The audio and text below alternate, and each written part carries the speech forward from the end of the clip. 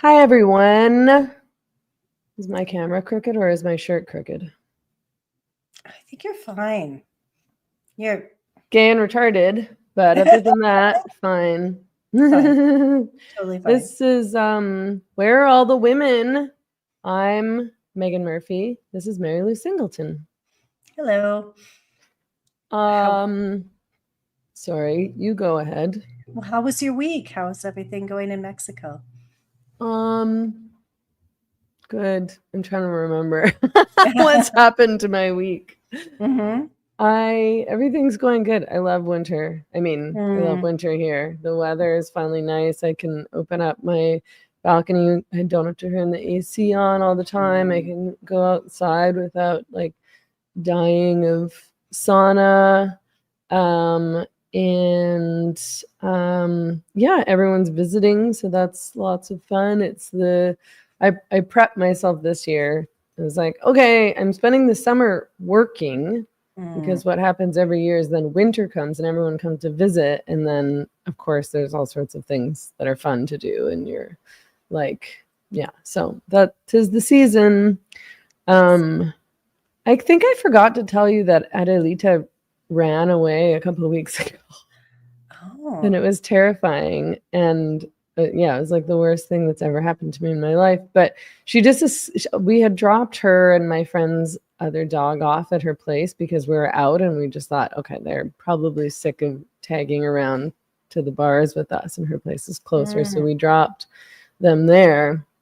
And then when my friend got back, she got back a little bit before me and she opened the door and Adelita bolted. I think she was just like, this is not my house. I am leaving.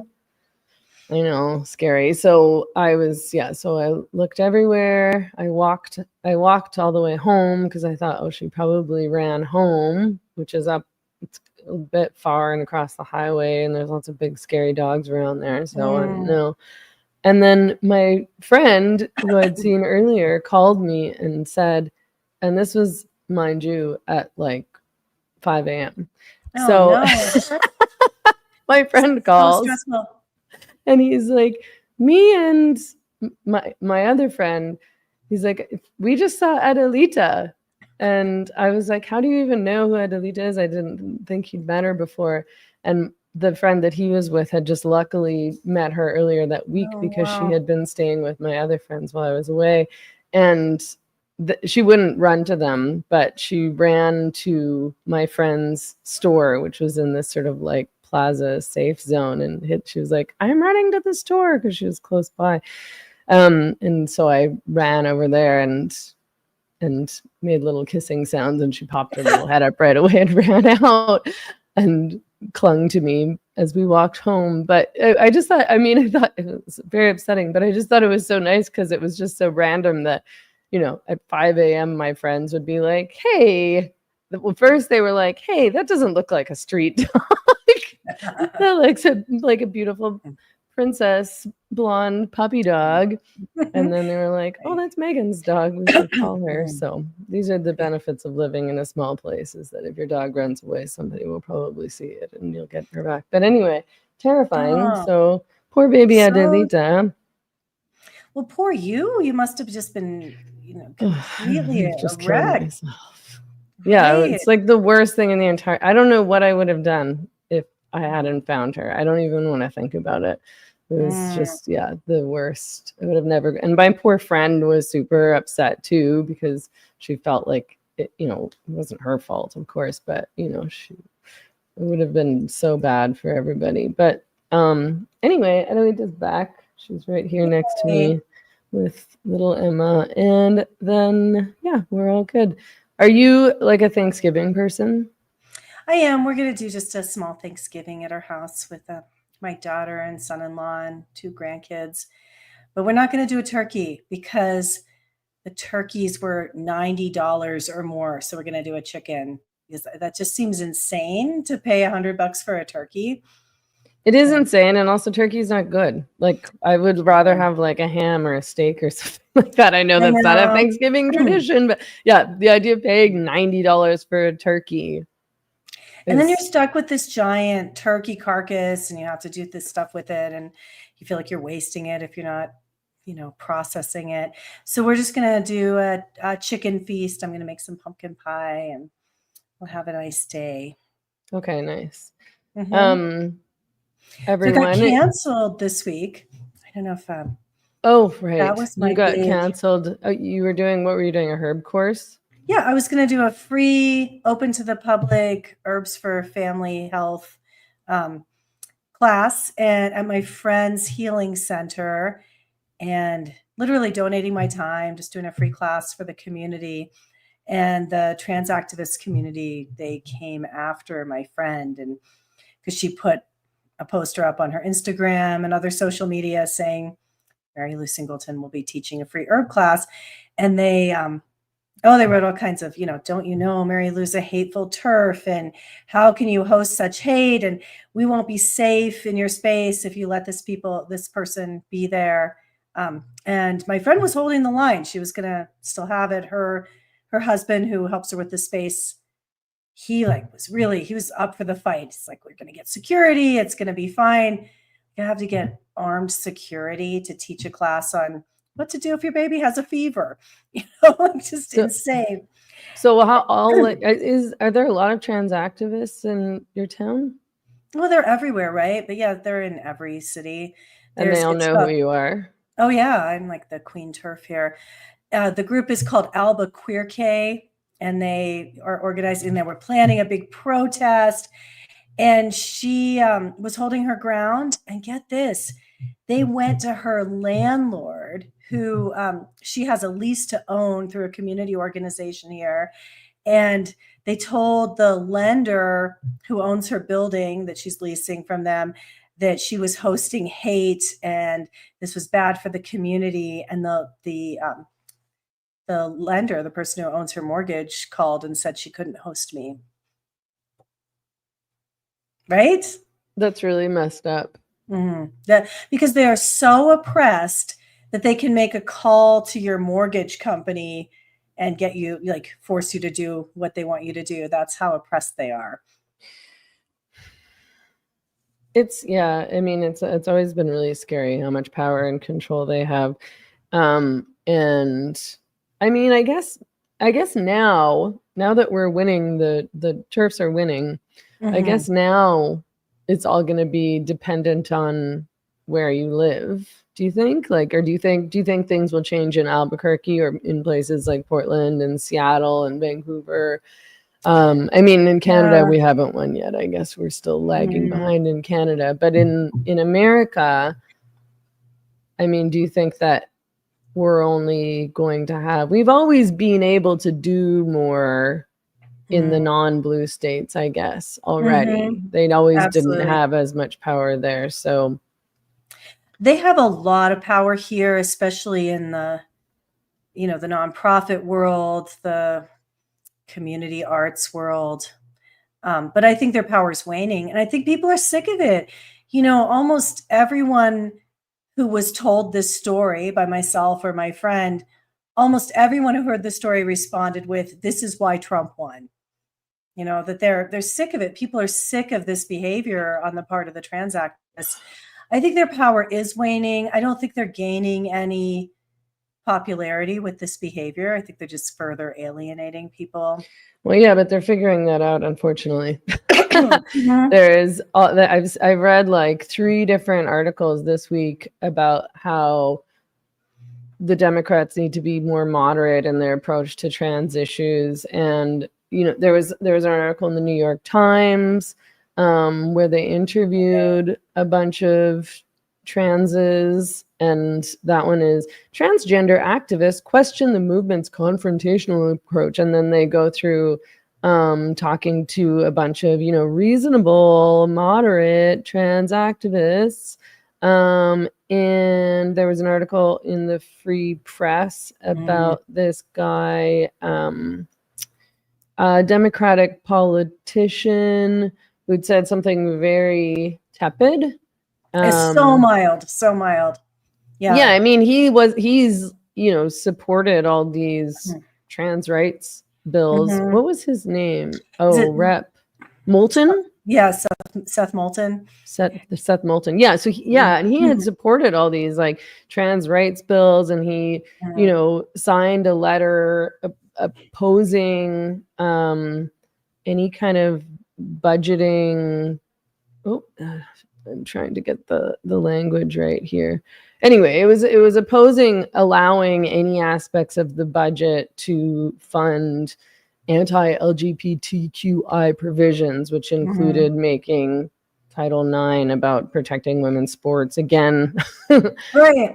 And then he said something tepid about how, he didn't want his daughters have to play sports against males or something like that, and was attacked. And then yeah, I'm so tired of the middle ground people, and I have been from the beginning of this fight. There's no middle ground here. You either understand human beings can't change sex, and that certain spaces and certain services must remain single sex and segregated by sex, or you're on the side of insanity and you're hurting women and girls and children. Like, there's no middle ground here. Right. And so, so I think they've caught on to the fact that they're being crazy, and they need to be more reasonable, unless they lose it all, which is what I hope happens. I mean, it is all or nothing, really. There isn't, like you say, there is no middle ground. But Brianna Wu was, is inserting himself into all of these conversations while other people are inserting him into these conversations, I suppose. Because he was also quoted in this Free Press article saying he's certainly not the only Democrat in this country looking at the trans issue, particularly in sports. He's not the only one thinking this is crazy. And then today I saw that Jonathan Chait had published this article at The Atlantic saying, the headline being, "Moderation is not the same thing as surrender," and, essentially proposing this as a strategy, like a political strategy to go moderate, to stop acting crazy. But to just, he's like, there's perfectly reasonable trans rights asks, essentially, but you're going to lose them all if you keep, punishing everybody who says anything critical about, for example, the sports issue or the prisons issue by calling them transphobic and calling and hateful and having them fired and so on and so forth. But it's not. You can't let some men be women but then say, well, not all men can be women, right? Like, there is no middle ground here. And normally I'm open to compromise. Like, I personally don't believe there should be any restrictions on abortion, just because I don't think there's any point in pregnancy that women become state regulated breeding units. But I would be okay compromising with abortion on demand until 16 weeks. And after that, for medical reasons. Like, there are places where we can compromise, right? This issue, no, there's no compromise. Like, which men are actually women? None of them are women. No. Yeah. So Jonathan Chait writes, "The major questions about trans rights are, do some people have the chance to live a happier and more fulfilling life in a different gender identity than the one to which they were born? Do some of these people need access to medical services to facilitate their transition? Do they deserve to be treated with respect and addressed by their chosen names and pronouns? Do they deserve equal protections from discrimination in employment, housing, and military service? Must society afford them access to public accommodations so as to not assault their dignity?" And he says, "I believe the moral answer to all these questions is a clear yes. The evidence also, I don't know what the evidence is. The evidence also suggests this is a relatively safe position for politicians to take." I mean, okay. I mean, I guess there's not, that he's is just true. This is exactly what the status quo is right now. He's a trans rights activist, is what he is proposing. No one has a right to force other people to call them a certain name or to pretend they're the opposite sex. No, what he's saying doesn't mean what he's pretending that it means, like if because, saying, do some people have the chance to live a happier and more fulfilling life in a different gender identity than the one to which they were born, which is a crazy thing to say. I mean, I don't know if he's stupid or what, but like, nobody's born with a gender identity, and nobody has a gender identity. And it's the very concept of gender identity which has allowed for all of this craziness in the first place. This idea that you have some kind of internal gender identity that is innate and inherent to you, and you have to respect that gender identity or validate that gender identity by, changing your body parts, taking hormones, getting all these cosmetic surgeries, changing your ID, and then demanding that everyone around you also respect and validate that gender identity. That's the whole thing.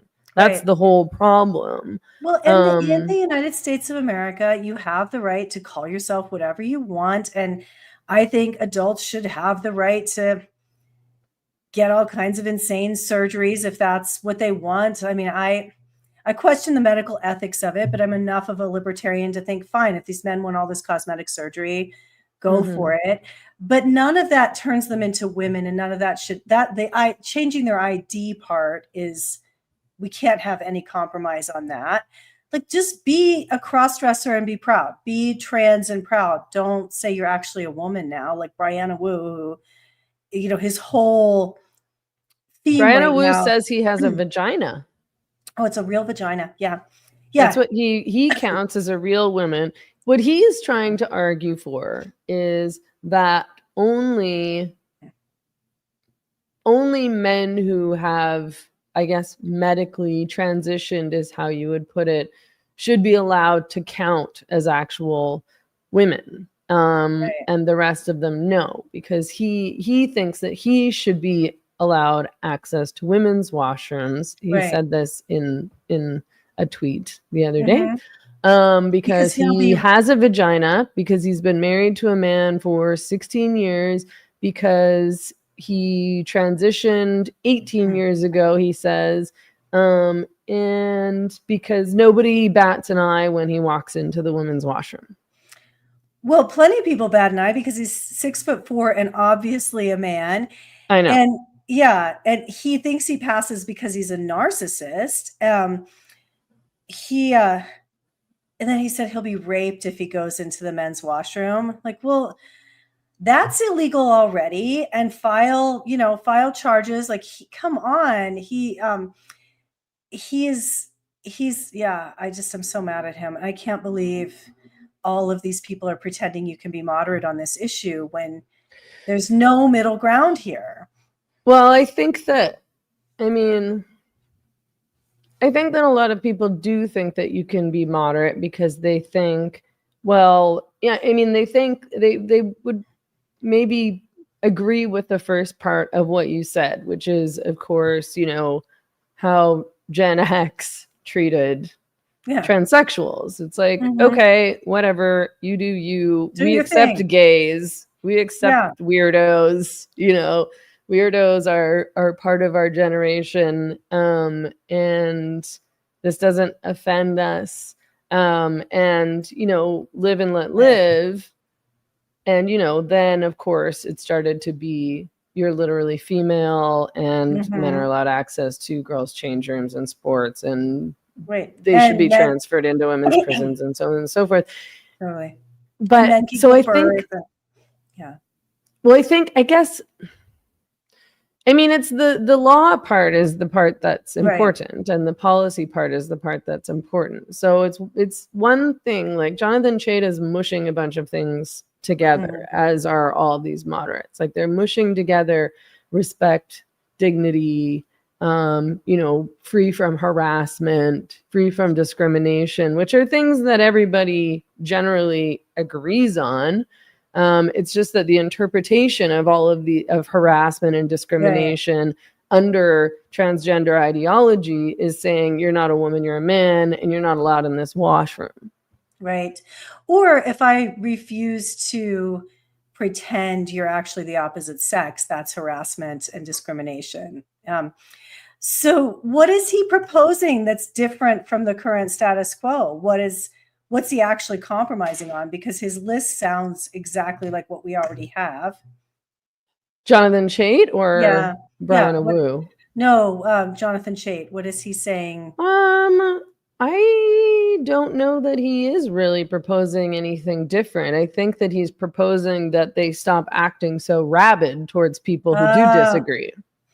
Yeah, that would be great, but they can't because they're crazy and they have narcissistic personality disorder and fixed delusions that they are the opposite sex. And narcissists with fixed delusions get really crazy when they are they suffer narcissistic injuries and whenever people challenge them. So I don't think they're capable of not being crazy. Look at Brianna Wu even. Yeah, well, I mean, Brianna Wu doesn't even believe what Brianna Wu is talking about. He's just trying to, this is all, he keeps telling us this is all about his career. He did it again today. Yeah. He was like, he pretends that he's being harassed because one of my tweets went viral in response to one of his tweets, which I'll read in a moment because it was so maddening.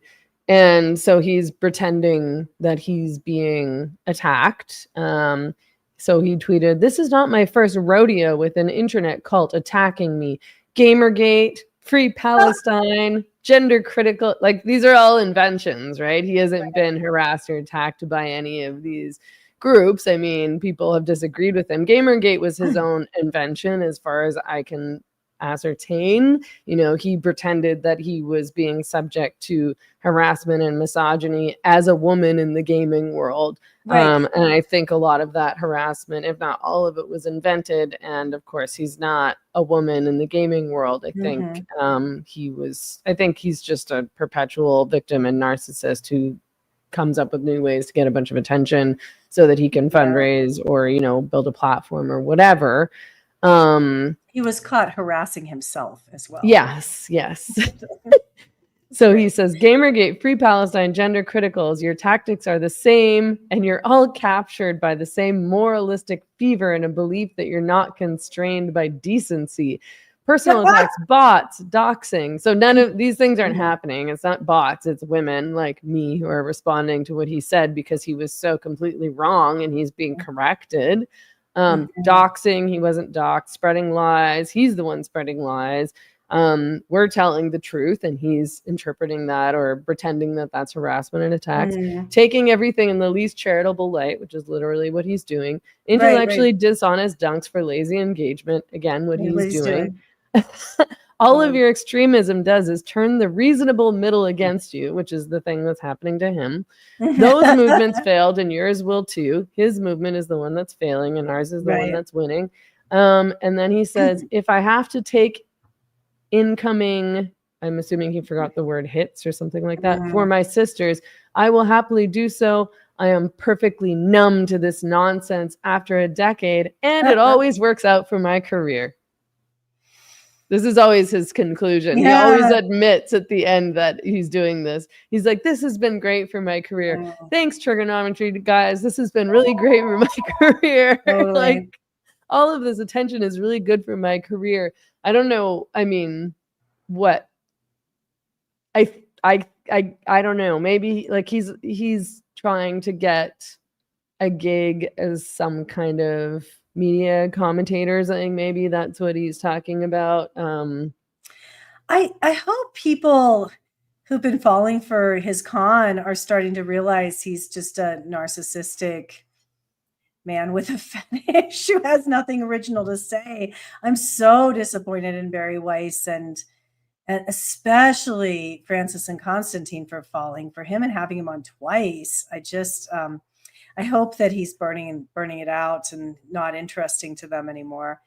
But I wonder how long they're going to let him run with this grift as like the reasonable trans person. I don't know. I mean, I suggested a debate, and I hope that happens because that would be great.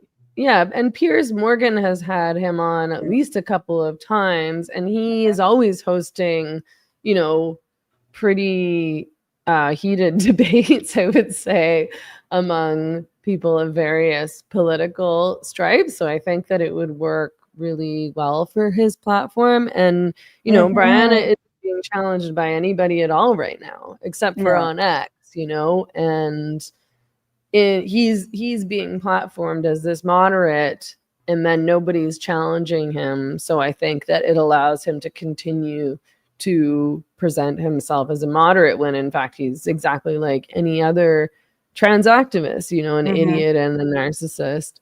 So this, I don't know if you saw this, I think this will drive you crazy. Sorry, what were you saying? Yay. Was it also a misogynist, the guy? And I Total try not to misogynist. use that term lightly, but he clearly has a seething resentment for women because he can't be one. No, and I think it's hilarious that he asserts that he passes. I don't know if he believes that or not. It's like you're a 6'4", very unattractive looking, I guess, feminine man.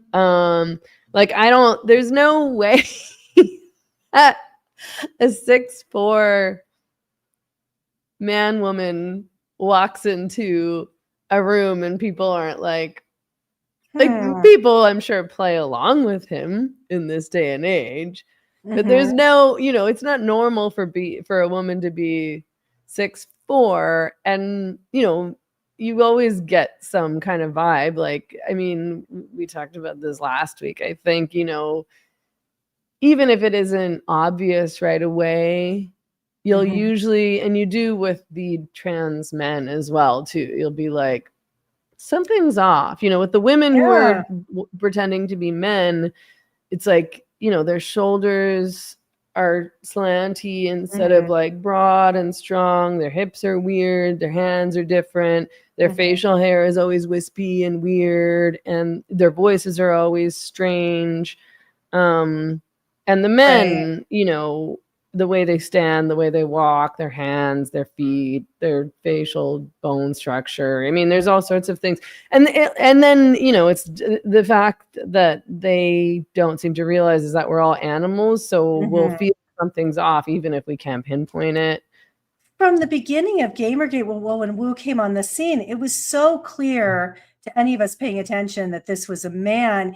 And it was maddening that he had stripped the internet of any mentioning that he was trans. You had to go to freaking Kiwi Farms, which was a pretty arcane site for most people, but most astute women saw him and thought that's a man pretending to be a woman, and you couldn't find anything about it. He was he had so many tech connections and so much wealth accessible to him that he could just completely wipe the internet of his history that way. And then later ban anybody from Twitter who said otherwise, with his dead naming policy that he was involved in creating, or in his, you know, misgendering policy that he was involved in creating at Twitter. You know, he did all these things that the crazy trans did that he's pretending to be critical of now. But this is, I mean, everything that he says is exactly typical of everything that every trans activist says, except he's not out loud saying, you know, kill all TERFs, which is a favorite slogan of the trans activists, of course. But so this tweet that he wrote, and he actually deleted it today because my response went viral, and so too many people were disagreeing with him, i.e. attacking him and doxing him and spreading lies. So he tweeted in response to an X user who said, "I hate the phrase live as a woman and think it really needs dissecting. What does it mean to you?" So of course he responds because he knows exactly what it means to live as a woman, and he can explain to women what that means also. And says, "I think for a lot of women, particularly after childbirth, their sense of being female is biology." So I wouldn't understand. No. I've not given birth, so I don't have that sense like you do, Mary Lou, of being female. How do I even know what I am? I wonder if you're a woman. Yeah. I mean, we'll find out someday, I guess, maybe. I guess no. Oh. I think maybe we'll never know. We'll never know. We'll never know.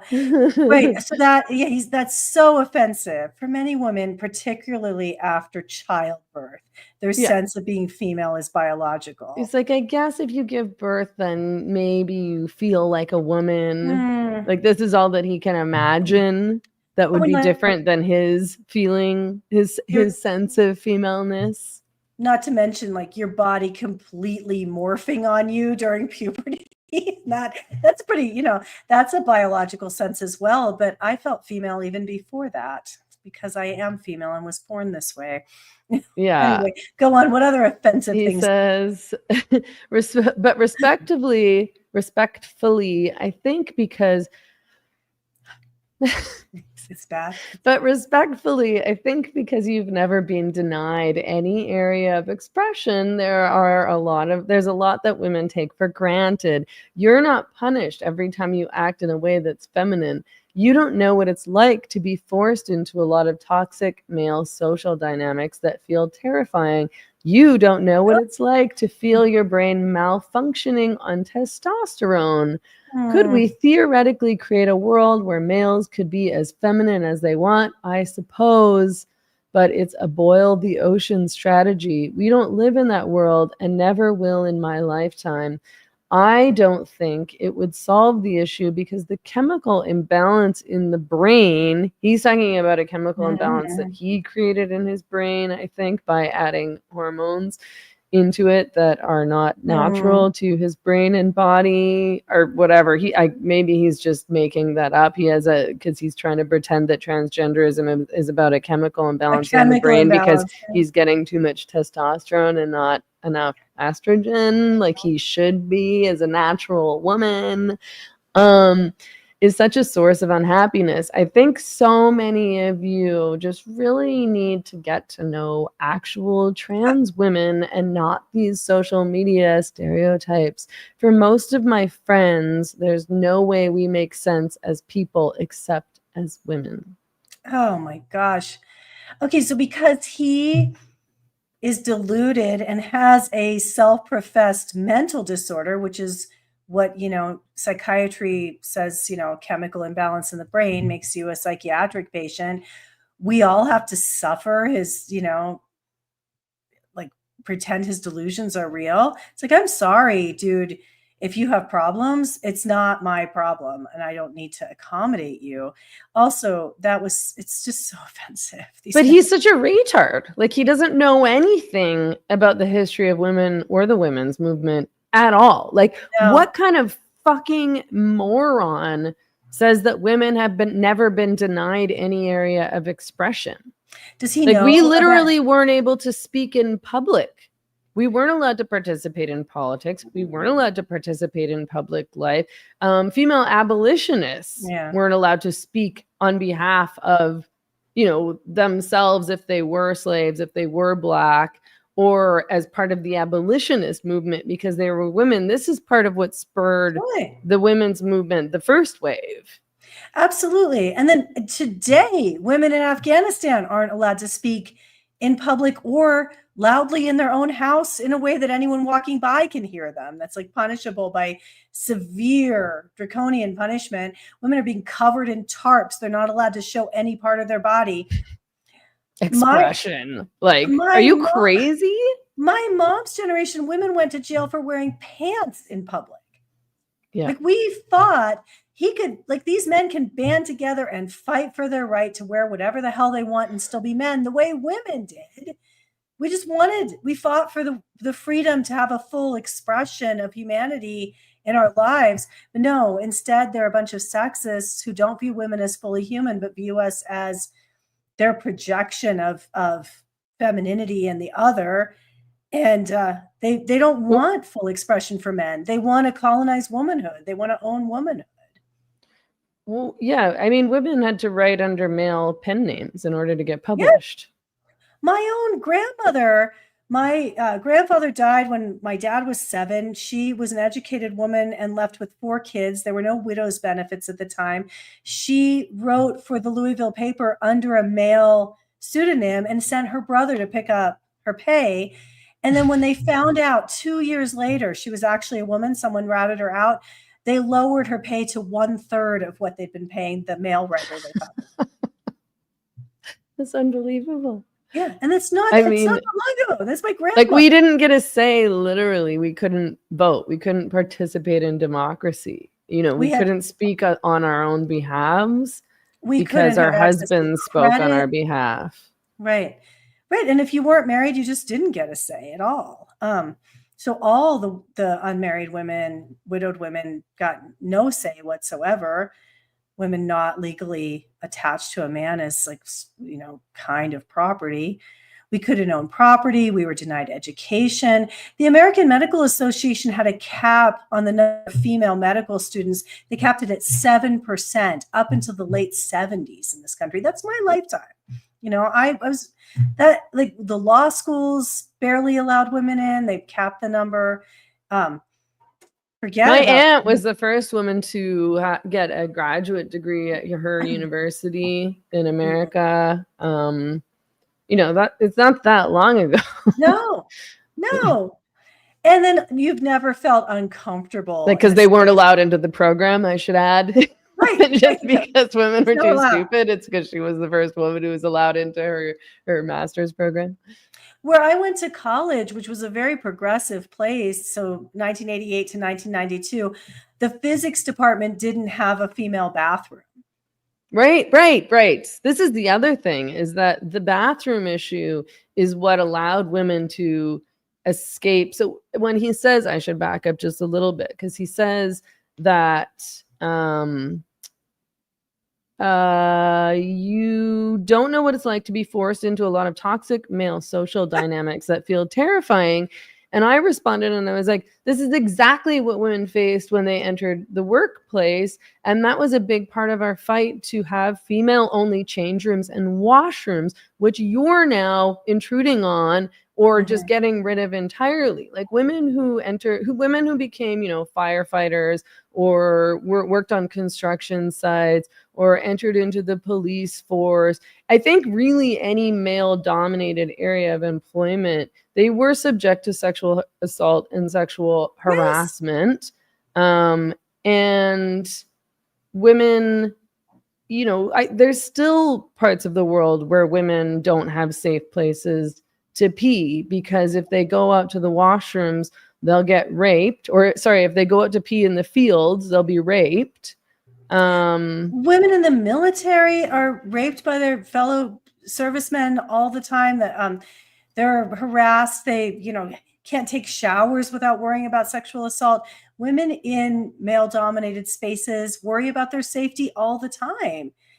Women who just, you know, it's so crazy. It's uncomfortable being the only woman in an elevator. It's uncomfortable being the only woman on a bus because you know, like, a male mob could turn on you. Like, this, women. It was always scary being on the bus. I've told this story before, but I stopped taking, when I used to work downtown, near the downtown east side, just, you know, as a receptionist at my university.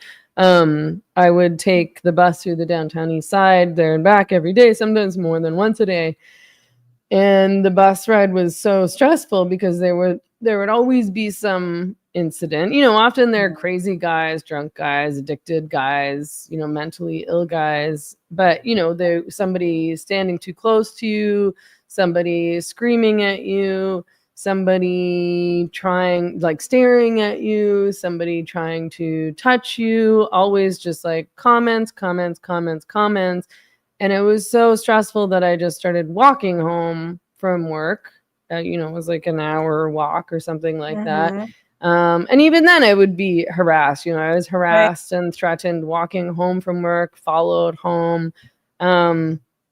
It's insane to me that he would pretend that women don't understand this terrifying feeling of being in, you know, it's not even happening in just male dominated spaces. It's happening out in public. As this woman, you're vulnerable to that almost all the time. And that's why sex segregated spaces exist. And, you know, who is he getting harassed by?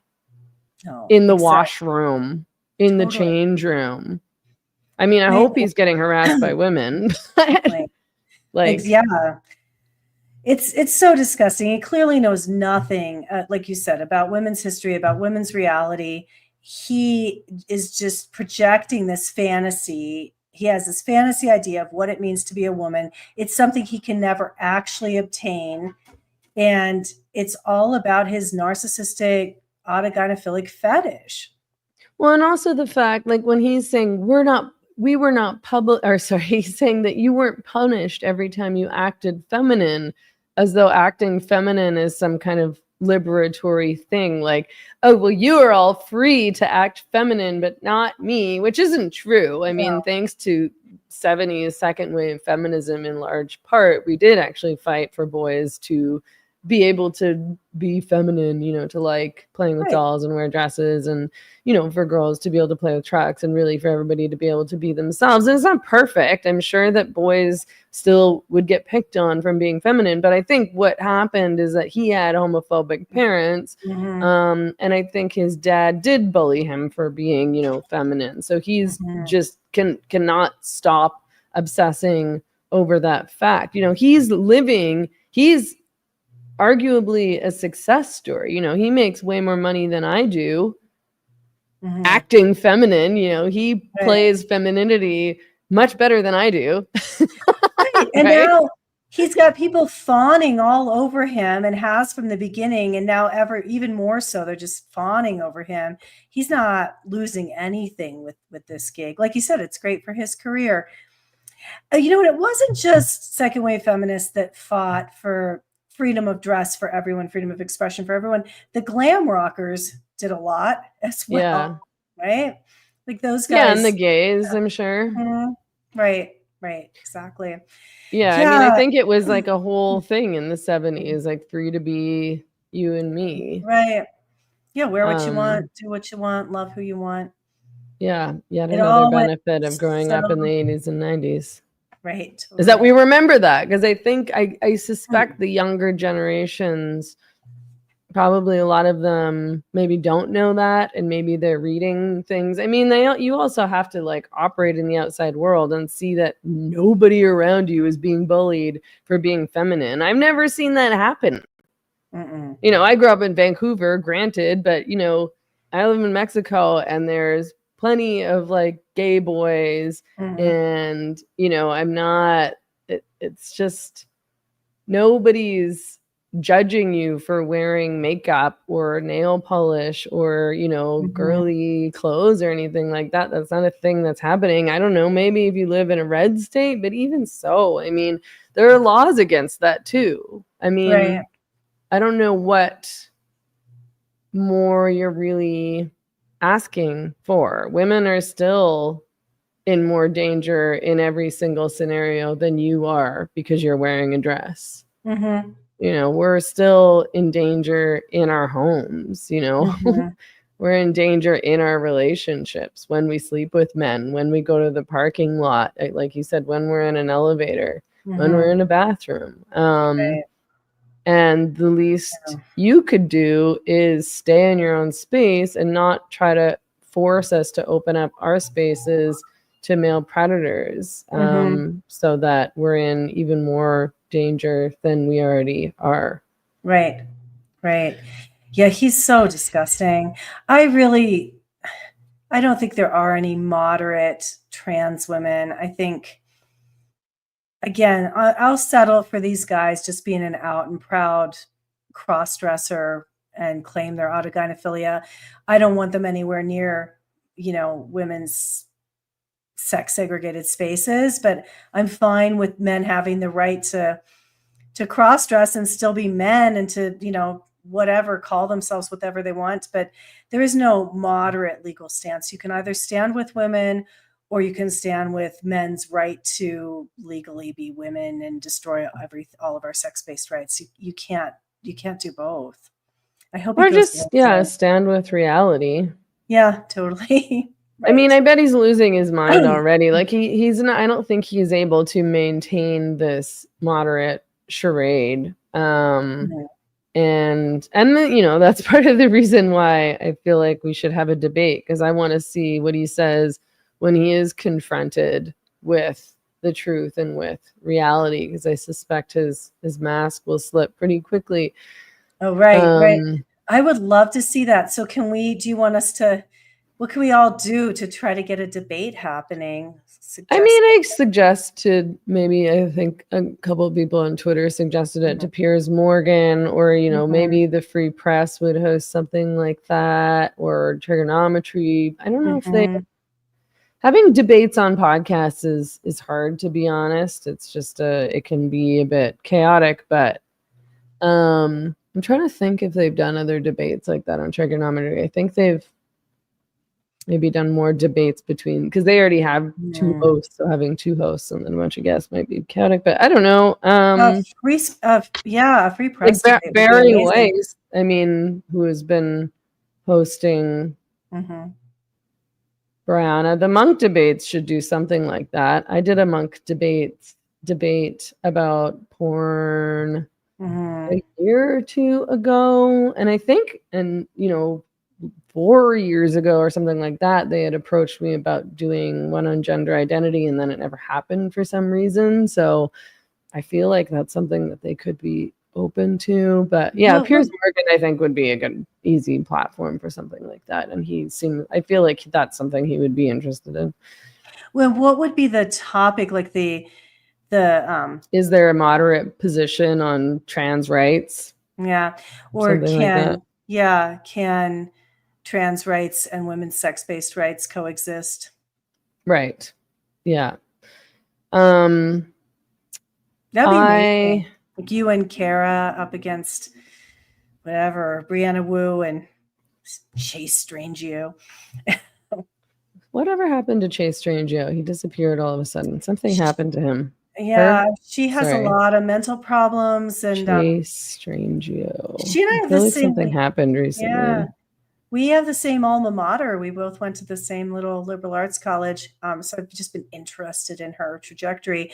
She's going to be arguing a big trans case in front of the Supreme Court soon, but her Twitter went dark.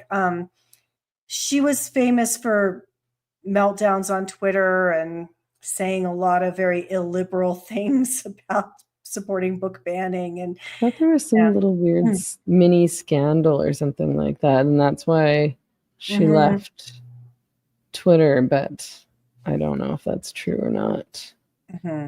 I recently read that the Unabomber was an autogynephile. That kind of makes me sad. Well, that made me think. I was just like, are men who want to be women all, are more likely to be dangerous than, I don't know, other men? You never know with men who's going to be dangerous. That's kind of the point, right? It's like, okay, so you feel like a woman, so therefore I'm supposed to trust you in the change room. Is that the deal? But if you have some kind of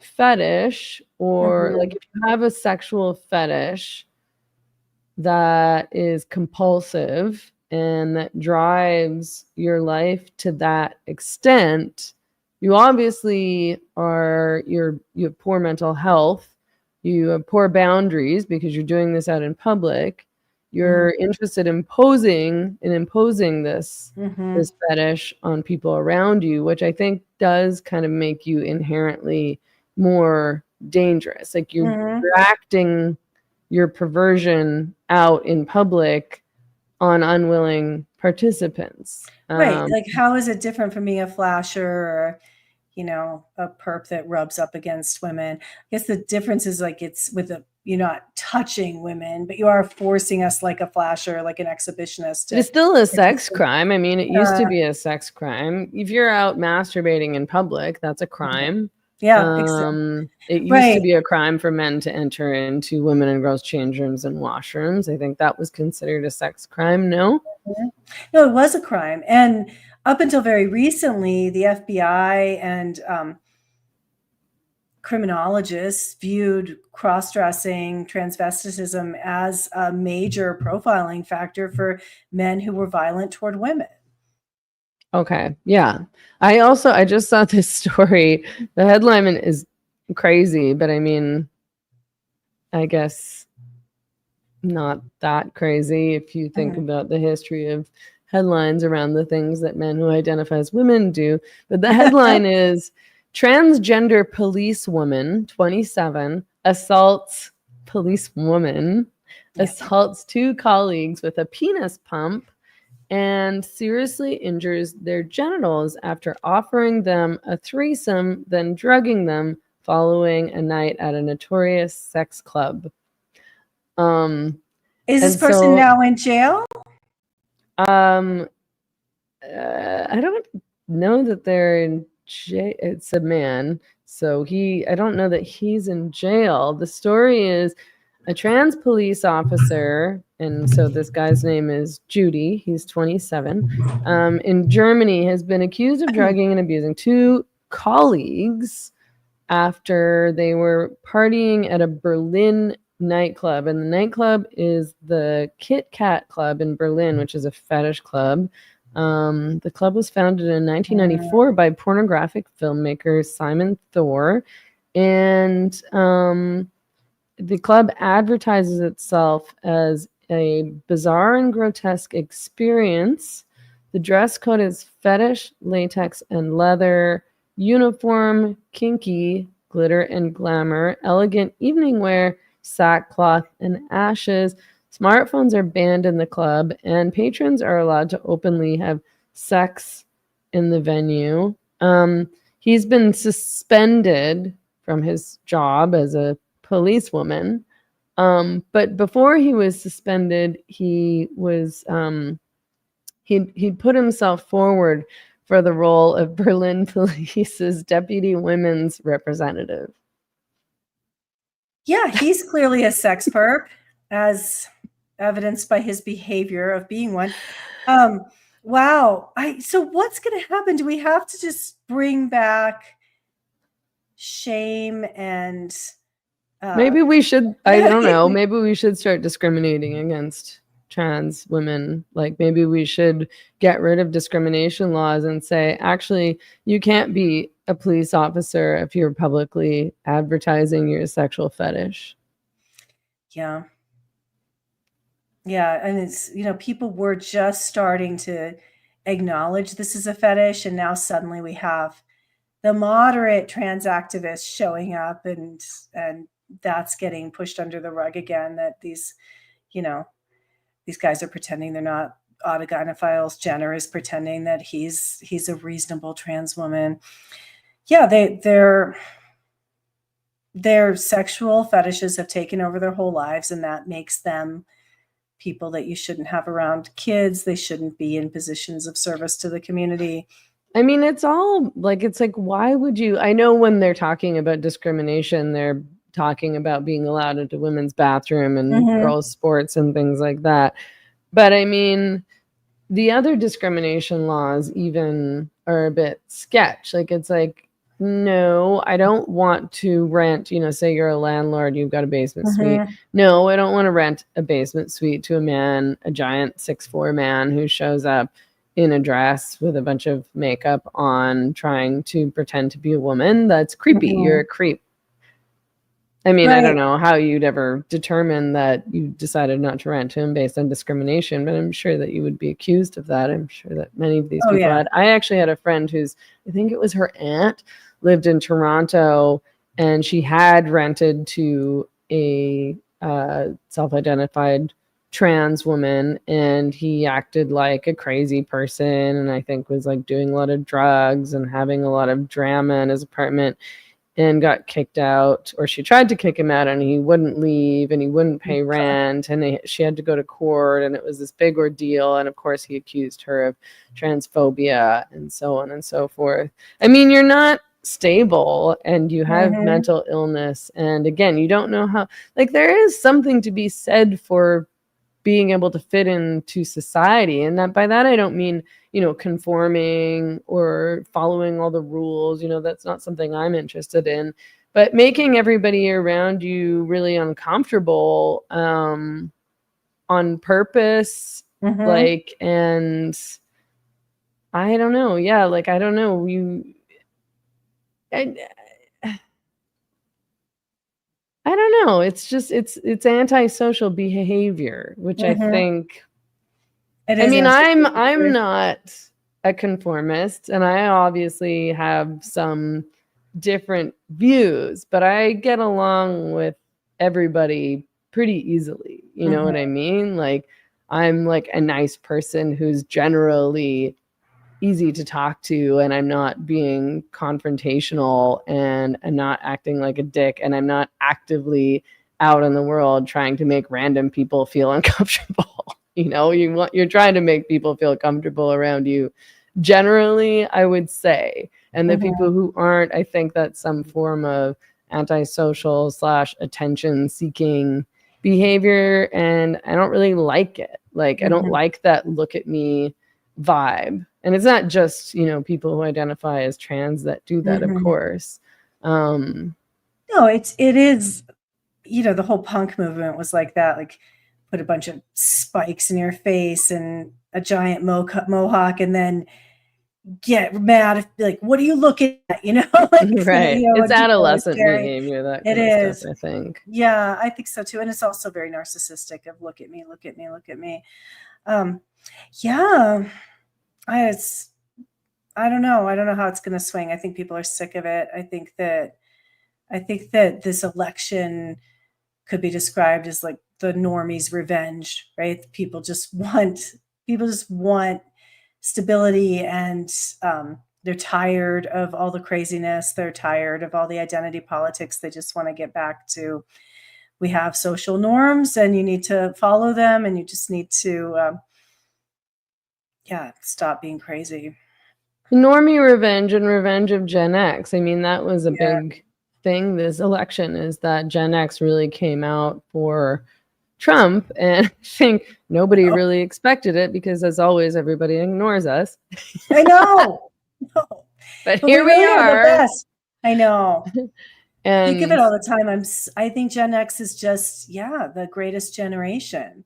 I know that well, that Gen phrase has X was already been always taken. kind of apolitical, right? It wasn't like Gen X was that much of an activist generation, I don't think, because we came from, our mothers were second wave feminists. Yeah. I mean, I was always interested in communism and feminism, but that was because of my parents. And most of my friends were kind of apolitical, to be honest. Like I know a lot of people go to university and get really into political Mhm. activism, and I didn't know a lot of people like that, to be honest. And even I didn't do that. I started doing my feminism stuff. I started doing, feminist radio show and started Mhm. blogging, but I wasn't, out on campus trying to disrupt or anything like that. I Mm. mean, I think we had so much freedom that had been gained by the generation before us, and we just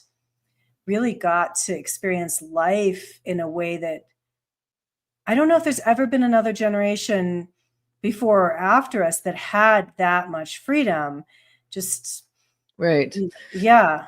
So did you read this story about the mother who was charged because her 10-year-old son went for a walk? Yes. In the South of all places too. And yeah, her 10-year-old went for a walk. Yeah, Um, so it was, I mean, I just think this is so, the norms in our generation versus the now generations are so different. mhm. And I'm just trying to find the story here. So um I think she's 41, so she would be of our generation. Mm, 41-year-old Brittany Patterson. And yeah, I think she was in sort of like a small kind of country town in Georgia, Fannin County. And mhm. her 10-year-old was home with his grandfather, and she was out for like an hour and a half.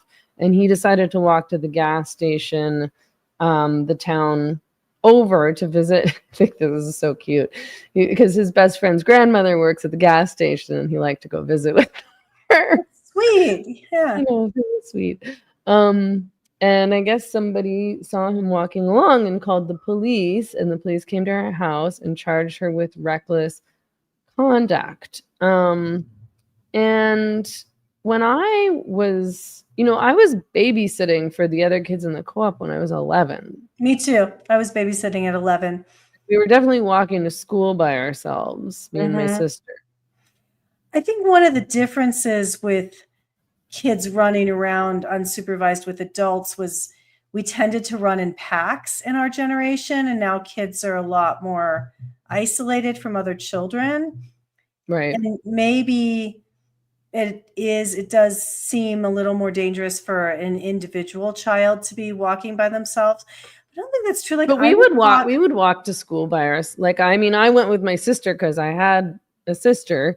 Yeah. And she was in the same grade as me because she was my twin. But lots of kids walked to school by themselves, or even took the bus to school by themselves. Totally. I was allowed to walk like to the grocery store. Like, I was allowed to cross the highway and walk a mile to go like get a treat at the grocery store and walk back at 10. That was my parents' cutoff, was you were mature enough to cross the highway by yourself. It was a pretty big street, but we were like running around the neighborhood long before that.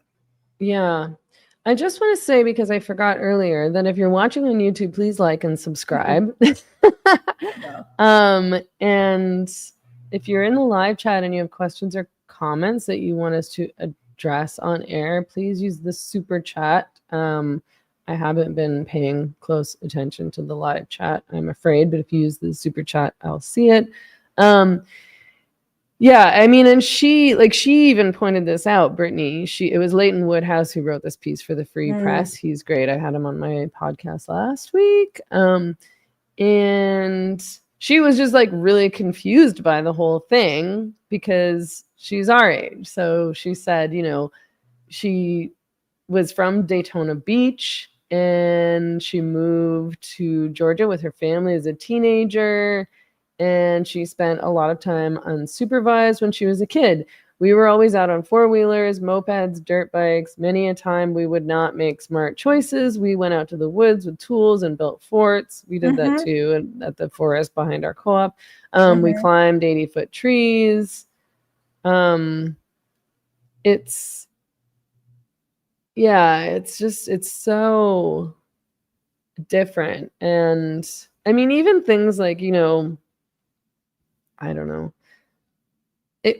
I mean, part of it was that it's interesting because it's like the argument that a lot of parents make for giving their kids smartphones is so that their kids can be in touch with them, so they're safe. Right.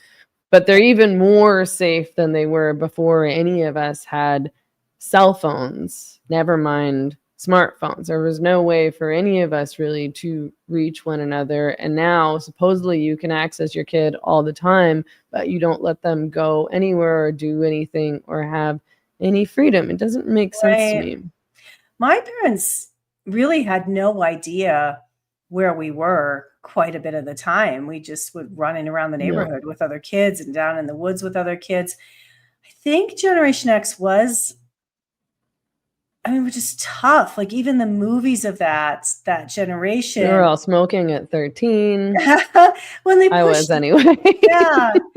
I know it wasn't a depiction of our generation, but it was media sold to our generation of like Stand By Me, like that kind of, kids running in packs, dealing with very heavy things. That was our reality. And it just was a normal childhood back then. I think of, not once, but twice when I was hanging out with a pack of neighborhood kids, somebody suffered a broken bone and we all kind of collectively decided we're just going to keep hanging out, like convincing this kid who's hurting that we don't have to go back yet. We're having fun. We don't want to go home yet.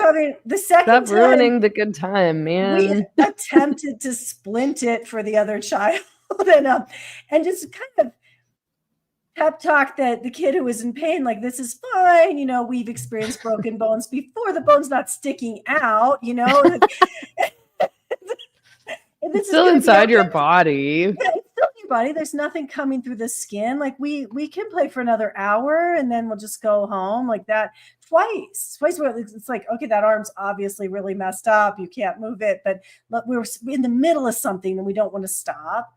Or even, generation, I don't know if this happened to you in Canada, but our entire generation in the United States literally watched a school teacher blown up on live TV on the Challenger space shuttle. Oh no. And I think I was, I don't know if people watch that in Canada. I don't think it was such a big thing, but I think I was too young. What year was that? That was 1985. Okay. Yeah. So I would have been 6. So yeah, every school. But we didn't have cable anyway. We didn't have any American families. I only had like 1 or 2 channels. Every school child from kindergarten through senior in high school in the United States was sitting in front of a television in their classroom. Literally every single one of us watched a teacher be blown up on live TV. Why was the teacher in the Challenger? Because it was this big deal. Krista McAuliffe, she was going to be the first teacher in space, and all the school children had been convinced to be invested in this story. This is stupid. And they wheeled in the television into every single classroom, or you had a school-wide assembly. Literally, I'm not kidding. Every single school child in the United States from kindergarten through senior year in high school was watching that in school if you were in school that day. And there's the teacher. She's getting on the space shuttle. It's so exciting. Now it's launching. And now it's blowing up. It's blowing up. And we're all like, that didn't look right. And then it's explained to us that it blew up. And then we just like continued with school. And we went to school the next day and no one brought in counselors. No one addressed that was weird, We just like literally watched a teacher be blown up and a bunch of other astronauts. Like our generation was taught to just like get on with it. Like, okay, teacher blows up on live TV. You're all watching it. Now we're going to get on with it. Now it's time for history class. Catherine in the comments says, I used to buy my dad cigarettes at the corner store when I was in elementary school at LOL. And I remember knowing, my parents did not smoke cigarettes, but I remember knowing other kids who would go and buy cigarettes for their parents. And then sometimes we would be able to steal some. Yes. But yeah, you would just, I don't know, maybe you would have a note, maybe you wouldn't. It was so lax buying cigarettes. Like it wasn't, I was, again, but when I was buying, I was always a very young looking kid. And even, I continued to get ID'd at the liquor store until very recently. Okay. I've been always a young looking person. So when I was 13, not only did I not look 16, which was the age then, I don't know if it's changed since then, but I probably looked younger than 13. It was just that they didn't care. They would just sell cigarettes. Some places cared. Like I don't think that they would have sold them to me at like Safeway, but the little Chinese ran corner stores and whatnot would, no problem. So okay, but why do you think, I'm curious about this thing that I just realized as I was talking, which was that the parents are even more attached to their kids because of smartphones, which is supposedly for their own safety. And so they can be in communication about when to pick them up from their friend's house or school or whatever. And we didn't have that all, but we were also allowed to roam free. So now you're tethered to your kid, but they're not allowed any freedom. Why? Right.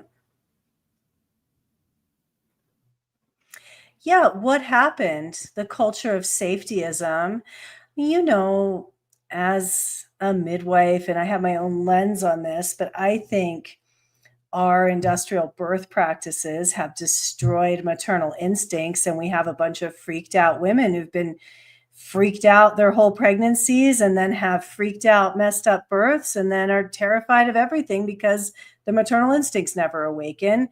Where our generation, most of our moms were just knocked out for their births, but it wasn't considered this big, like, yeah, you just, like you eat and drink and you didn't get all this crazy fear-based prenatal care. Prenatal care was not insanely fear-based until you got closer to like 1980.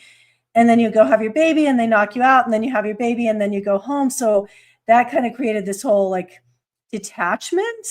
Because I know my mom and most of my friends' moms were sort of like, yeah, do what you want. Like there was this detachment. And then it turned into fear, fear, fear, fear, fear. We have so few mothers who've been through the like childbirth requires valor. It's very similar to war for men. Like it is a heroic event where you have to face your own mortality and you have to really draw on your strength and do this crazy thing that seems impossible. And then you feel like a superhero on the other side of it. Hardly any women from 1980 on have experienced that. They're all convinced they almost died. They needed to be saved. The baby was going to die. The baby's going to die. The baby's going to die. So we have a lot of very fear-based parenting going on. And then that continues through the pediatric care. Like, you know, everything is just fear, fear, fear, fear, fear. Like my generation, maybe you could get it. You could convince your mom to give you a baby aspirin every once in a while, mainly because it had sugar in it, but we didn't get any medicine. Like we didn't get any. It's like, oh, you're sick. You know, you can drink juice on the couch, but we didn't like ever taken to the doctor for anything. We got ice cream floats when we were sick.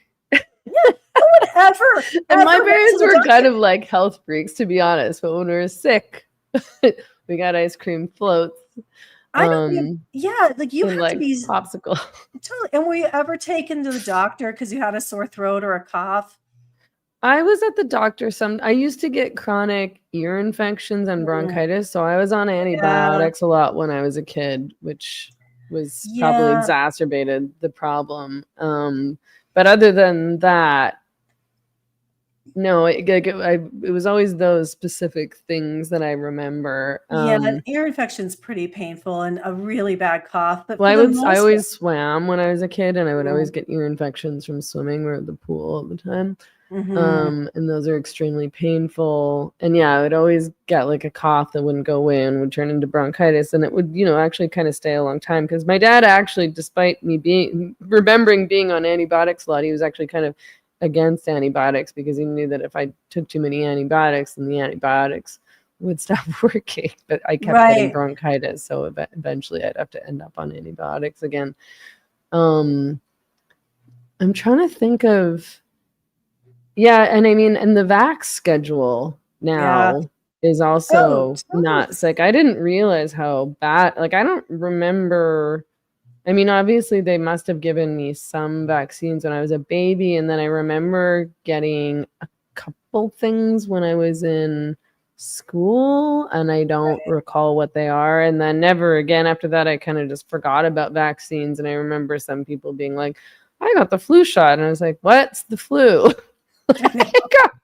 I really didn't, because I always just thought the flu was like the stomach flu, and eventually I realized the flu is just kind of like it's a bad cold essentially. And I was like, I get sick in the winter sometimes. So a shot for that.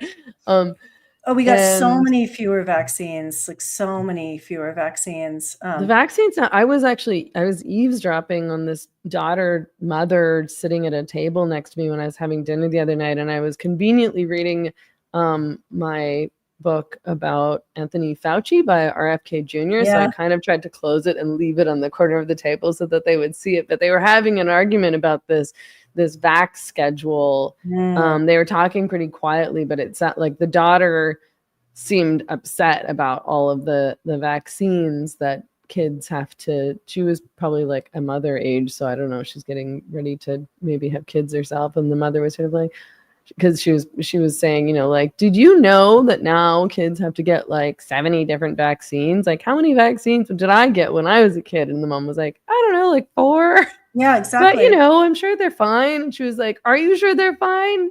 Yeah.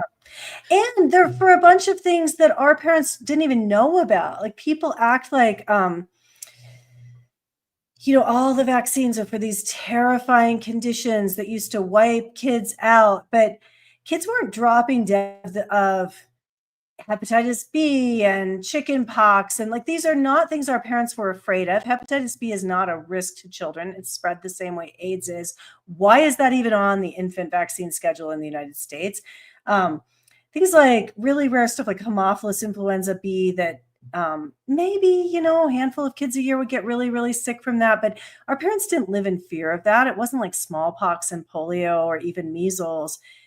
It's a cash cow. Like, they can create a vaccination campaign for literally any infectious illness. I could create, I'm good enough at it. Like, I could create a fear campaign for any virus you tell me about. Strep throat, over 10,000 people a year in the United States die of strep infections. We obviously need a vaccine for that, right? But people aren't afraid of an illness until they're told to be afraid of it. And then they act like it's insane not to get the vaccine for it. So what are all these vaccines that kids have to take in the US now? Okay, so it starts at birth in the hospital. They give them the hepatitis B vaccine as the first vaccine. Again, hepatitis B is spread through blood and bodily fluids. It's spread exactly the same way AIDS is. So IV drug use, unsafe sex practices.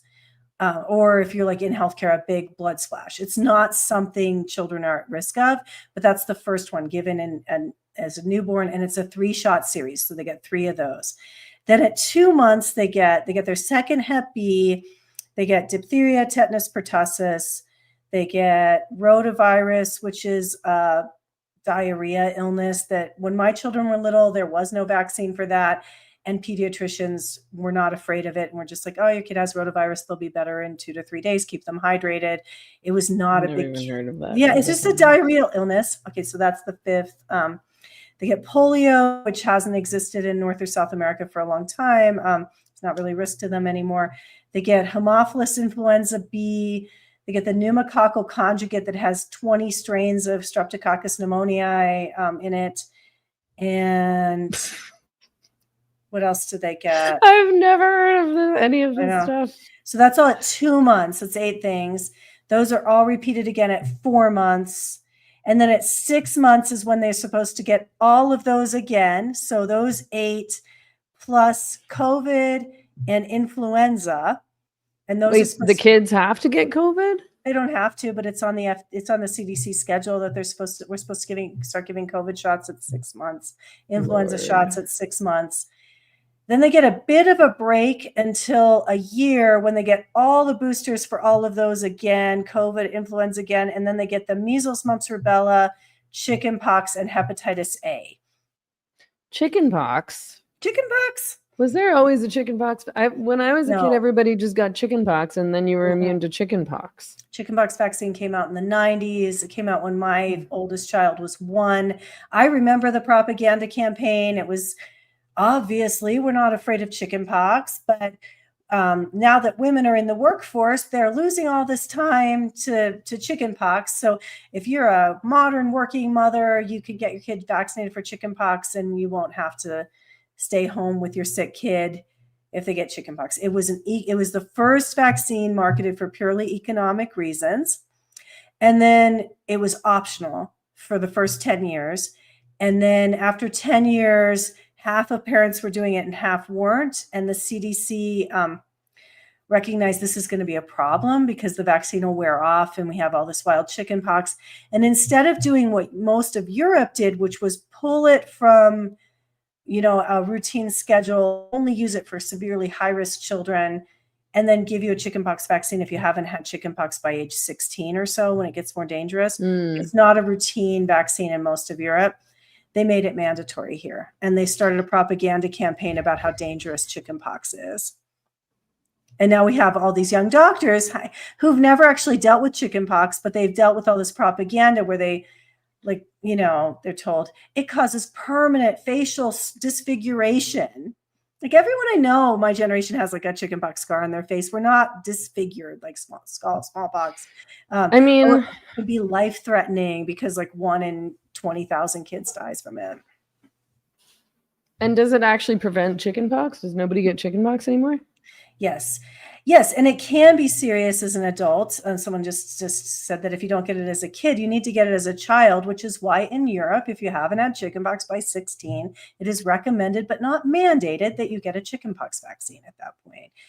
So it's just a 3 to 5 day mild childhood illness that all of our parents made us get, right? Did your mom intentionally? I don't know. I don't think, I thought it was accidental, but I guess I don't really know. Me and my sister got it at the same time and stayed home from school for a week, and it was very uncomfortable. We were very itchy, but then it was over. Right. I think we probably just got it from some other kid in the class. Everybody got it. And none of us lost like half our kindergarten class to chickenpox, right? Like nobody died of chickenpox. No, I'd never heard of that before. Yeah. All the vaccines. I've heard a lot of parents talking about, I actually met a guy who moved his family to, like, lives in Mexico because he didn't want his baby to have to go through the whole vax schedule that they do in the US. He has a Mexican wife also. But, so that I guess there's a lot of them that you're not even allowed to opt out of. Well, if you want to go to school or any kind of government funded daycare, they're considered mandatory. Most states have some kind of an exemption that you can get. Like here in New Mexico, you can get a religious exemption. In some states, you can get a conscientious objection. But in California and New York, and I think West Virginia, there are 3 states that now will only allow a medical exemption, and they will go after the licenses of doctors who write medical exemptions. So essentially in California and New York, you can't be exempt from vaccines. You have to get all of these for your kids by the time they enter school or daycare. And then every year there are more and more, like now there's the RSV vaccine, and like there always any illness there's no viral illness with a 100% survival rate, right? Like every illness has some degree of a mortality rate. That's just human life. So did we get rid of polio and the measles because of vaccines? So I think those are the ones that I hear most about. Like people used to die all the time of things like the mumps and the measles and polio, but now they don't because of vaccines. Well, people didn't used to die all the time of measles, mumps, and rubella. People died and were disfigured and crippled by polio. Some people, so that one, yeah, I think there's some evidence that the polio vaccine really eradicated polio. Other people say it was on its way out anyway. Some people, there's some evidence that polio was, what we call polio, was actually pesticide poisoning. There's not consensus. I personally think the polio vaccine almost certainly played an enormous role in ending the polio epidemics, but we don't have polio here anymore. Almost all the polio in the world currently is caused by the oral polio vaccine. We are so going to get removed from YouTube for this. I hope not. Just realizing. I'm asking all the wrong questions. Yeah. Classic me. People are talking about shingles in the comments because I guess there's a shingles vaccine now too, right? Is it that do you get shingles if you get chickenpox or if you don't get chickenpox? Chickenpox is a herpes virus, so once you've had it, it lives forever in your nervous system, and it can become active again later in life, especially under times of extreme stress, and then it turns into shingles, which is a different illness. Yeah. But you know why I get shingles sometimes? I get shingles when I get really, like I got it, I think I started getting it in my 30s or something like that. And then it would always reappear in the exact same place if I get really, really run down or really, really stressed out. Right. So the chickenpox virus is living in that nerve, and when you're stressed out, it becomes active. Interesting. Okay. But anyway, when I was a kid, a deal if anybody's freaked out about shingles. I do take medication when it happens, but if you keep your, like literally, it's just if I get really, really tired, really, really run down, my immune system's down, really, really stressed. Right. But the shingles epidemic is a direct result of the chickenpox vaccine, because the way you don't get shingles is to be exposed to kids with chickenpox every 5 to 10 years, which used to happen to everybody who wasn't what we used to call a shut-in, right? If you were out in the world, you were running into kids with chickenpox at the store, at church, at, with your own kids and your families. The fact that kids are not getting chickenpox anymore is why people have had chickenpox in the past are not re-upping their natural immunity. And this is, according to the CDC, this is the reason we now have an epidemic of adult shingles. And it is the reason, another reason why they don't use the chickenpox vaccine routinely in most of Europe, because they don't want the adult population suffering from shingles. They'd rather just have chickenpox be part of the viral biome that everyone's exposed to. So the shingles epidemic is a direct result of over-vaccinating children and not allowing kids to get chickenpox anymore, which makes me angry because shingles is painful and awful. Someone in the live chat says, I don't have a way to send a super chat to make up for the demonetization. I guess why, I'm not sure why you wouldn't be able to send a super chat. Do you have to be like logged in on YouTube or something like that, maybe? Anyway, if you want to send us a super chat, go for it. Okay. That was lots of good information. Thanks, Mary Lou. I have one more question for you, which is, why do you think it is? I found this quite interesting, and then I have my own theory. So there was this, I guess, and probably a poll or something that came out that found that they asked people from different generations what financial success meant. You know, how much money do you have to make a year? What's the minimum amount of money, I think was the question they asked, in order to be considered or to consider yourself financially successful. So the boomers, people born before 1964, thought that if you were making $100,000 a year, you could be financially successful. Those of us born between 1965 and 1996, so Gen X and the millennials, basically thought it should be around $200,000 a year to be considered or to consider yourself financially successful. Whereas Gen Z, so people born between 1997, that's 27 years old, which I was like, okay, I never knew. I always think of Gen Z as so young, but I guess they're not so young anymore. The oldest Gen Z is 27 now, which dateable. So marginally. I was like, oh, I have some 27-year-olds in my life. I have 27-year-old friends, actually. I have friends who are younger than 27.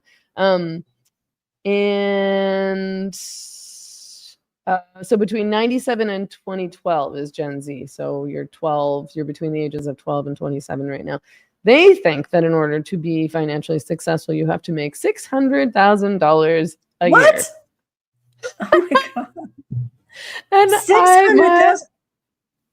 I feel like if I made $100,000 a year, I'd be like, great. Wow. Like, it's fine. I know that it's expensive to live in certain cities, but like,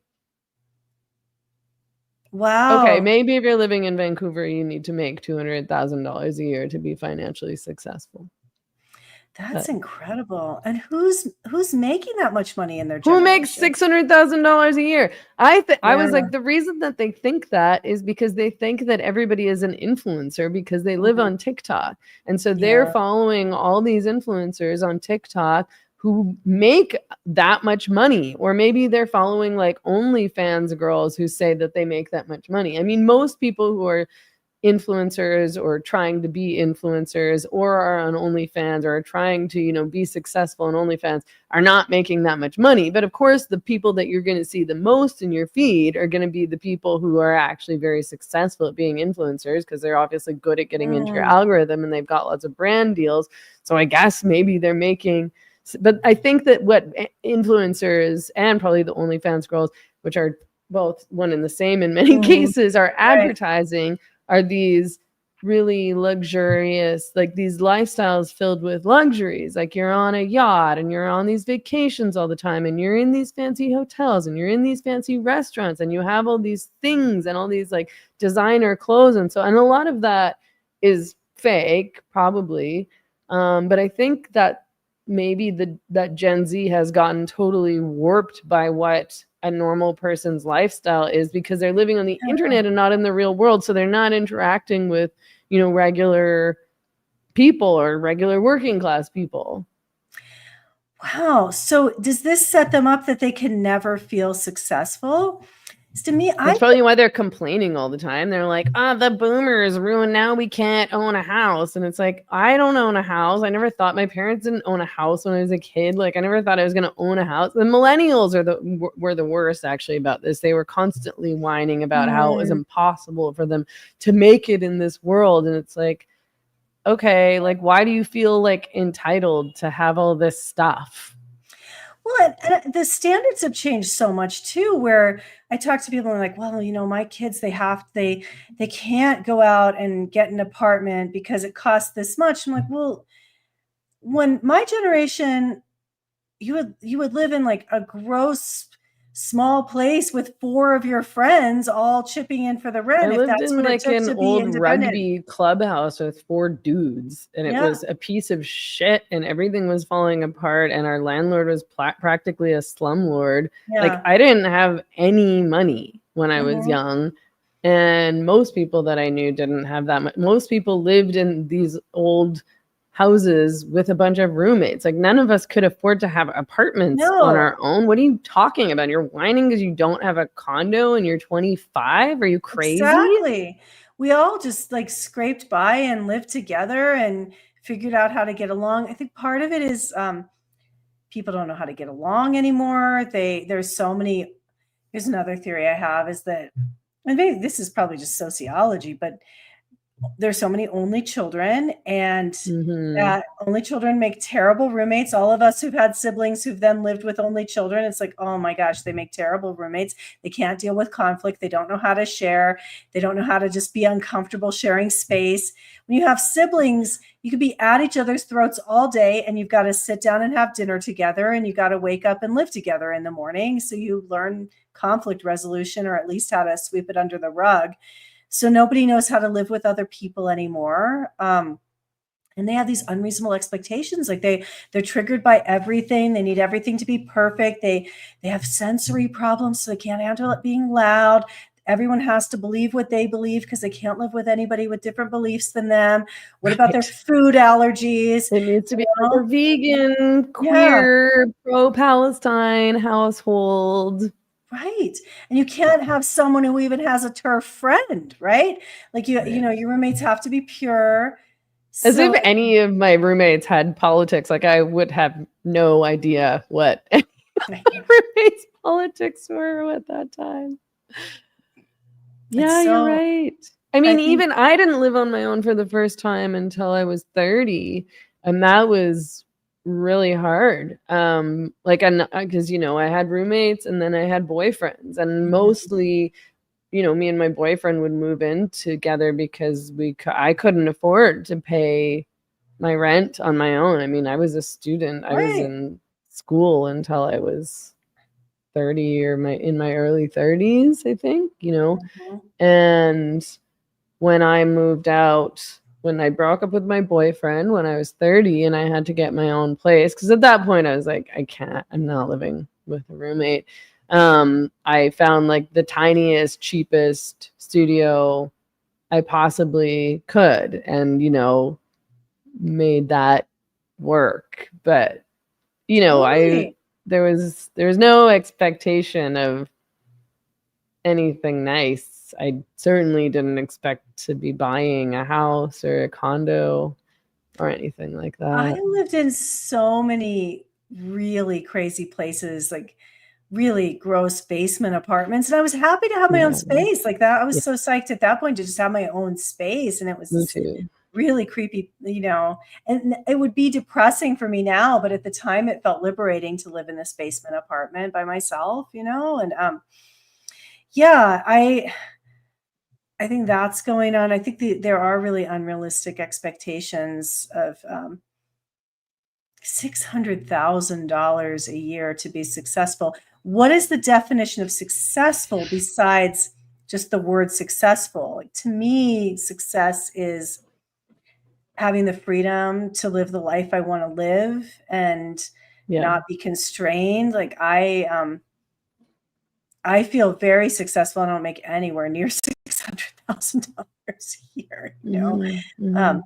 I think being able to meet all your needs and your reasonable wants, and then I think again for Generation X, we're just, we want to have freedom. We don't want to be beholden to the man, right? You want to be able to live your life on your terms. That's success.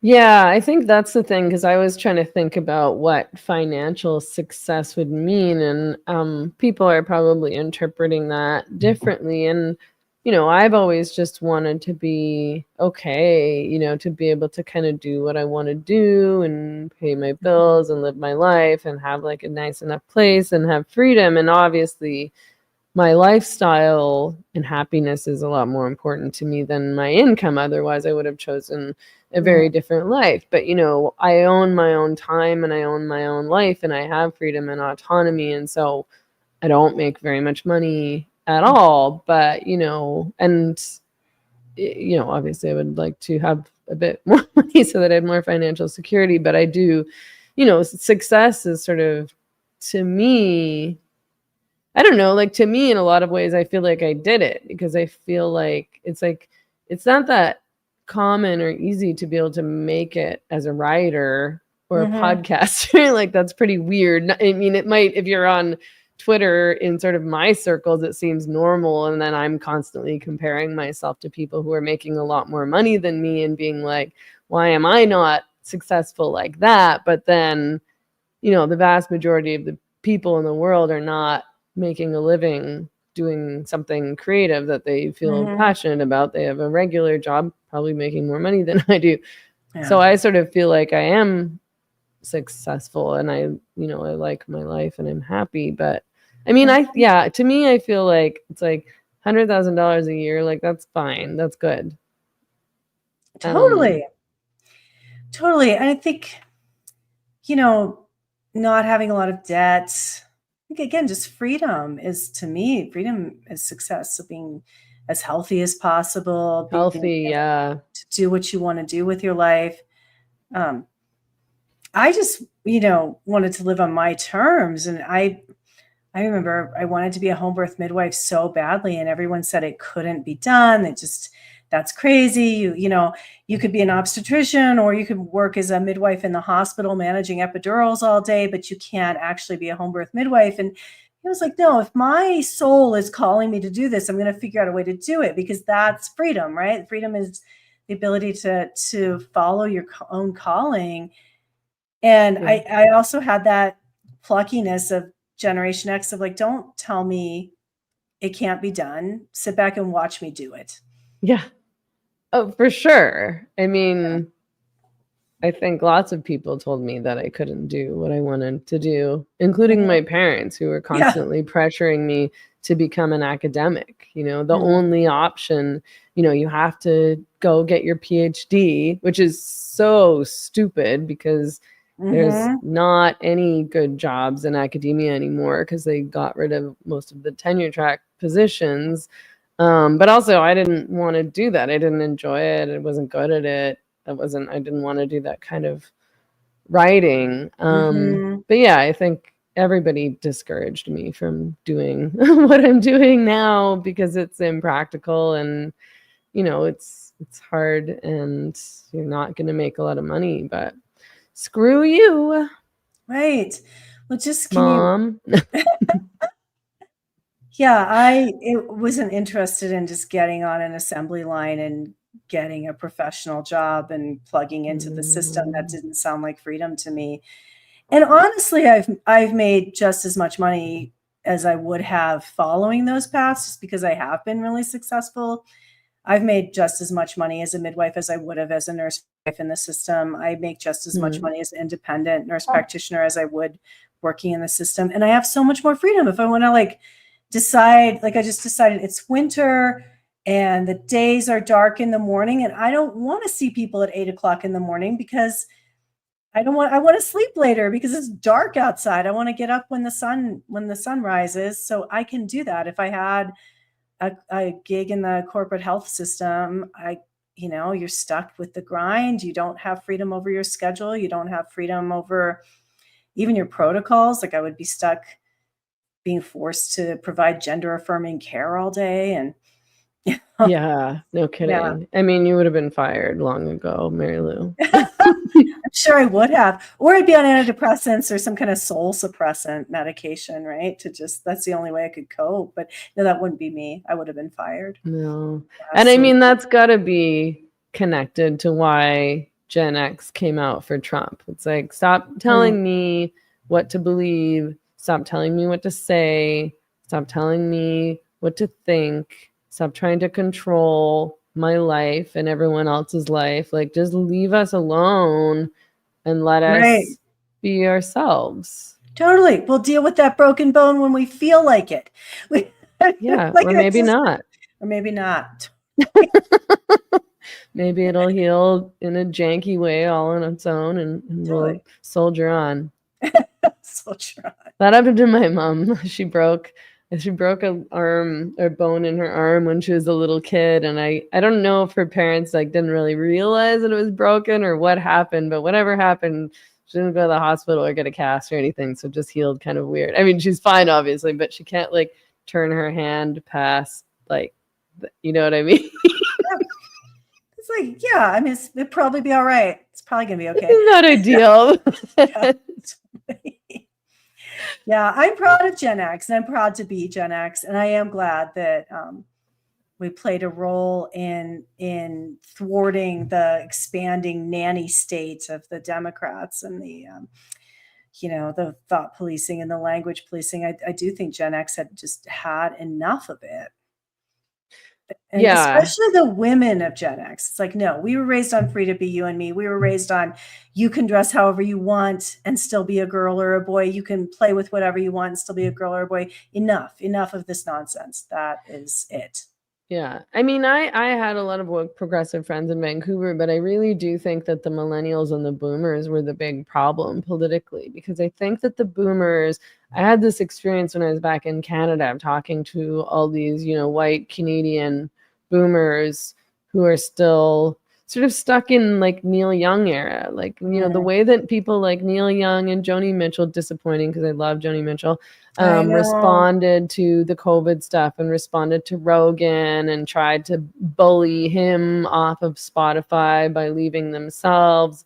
Those kinds of people, so much of that is they're caught up in the leftist politics of their day and the activism of their day, and they never moved on from that to realize that that's not what's happening nowadays, and that's not what these movements are not about, what their anti-war, for example, movements were about, or even their environmentalism movements. The climate change hysteria is not what the environmentalists of the 70s were on about.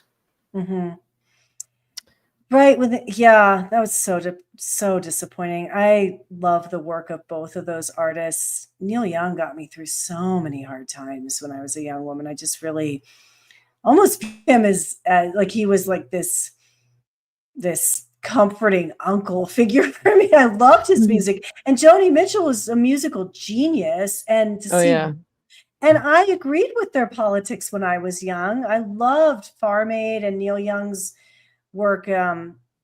It's so crazy that he went from being an anti-GMO activist to being a pro-mandatory GMO injection activist. That they didn't change with the times, right? They kept following the party that they thought was the party of the environment, of saving the environment, of the working class, of the marginalized. I met a girl briefly, a tourist, at a bar that I was at last week, and she made some comment. She was talking to Adelita, my dog. Everybody does, because she's beautiful and the cutest doggy in the whole world. But she made some comment about oh, things are so crazy in the US right now. I had said, people always are like, what are you doing here? And I'm like, oh, I left during COVID because I didn't like what was going on during Canada and I was freaked out. So I escaped.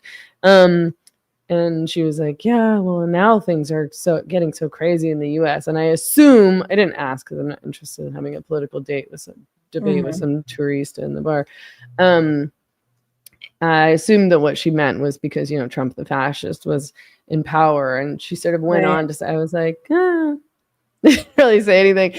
And she was like, well, because, I care a lot about the environment and saving the environment. And I was like, Anyway, like changed subject and went back to talk to my friends. But, that's people think that the Democrats are the party of saving the environment and the anti-racist party and the women's rights party. If you're not paying attention to that and you've been a leftist or a progressive for decades and decades, like so many of these boomers have, and the conservatives are their enemy, right. The conservatives were the ones that they were rebelling against at Woodstock and in the 70s and things like that. And they don't know what's going on anymore. They haven't really caught up. No, and they're kind of the elite now, right? Like they're the ones that have cushy lives and money and stuff. No, they're not paying attention to it. And plenty of Gen Xers aren't either. I know plenty of liberal Gen Xers who are falling for the co-optation of old radical speak being slapped on a bunch of sexist, totalitarian, censorious, politics. They're falling for the packaging and not paying attention to what's happening. Yeah. And then, it was the millennials who really started all the woke stuff. That was the millennials' fault. And they were the ones who destroyed feminism and pushed it into anti-slut shaming and sex work is work and pornography is, fun and sexy for everyone and no kink shaming and so on and so forth. So that's why I threw the millennials under the bus there. It's so terrible generation. terrible generation. I'm excited though. I see the youth rising up. I was looking at how I like the Gen Zs, kind of. I've decided. I feel bad for them that they're on the internet all the time and on Adderall, but I kind of like them. They're kind of based. I'm excited about this particular movement where the tide is just beginning to turn, and seeing just this enormous shift of conservative is punk rock now.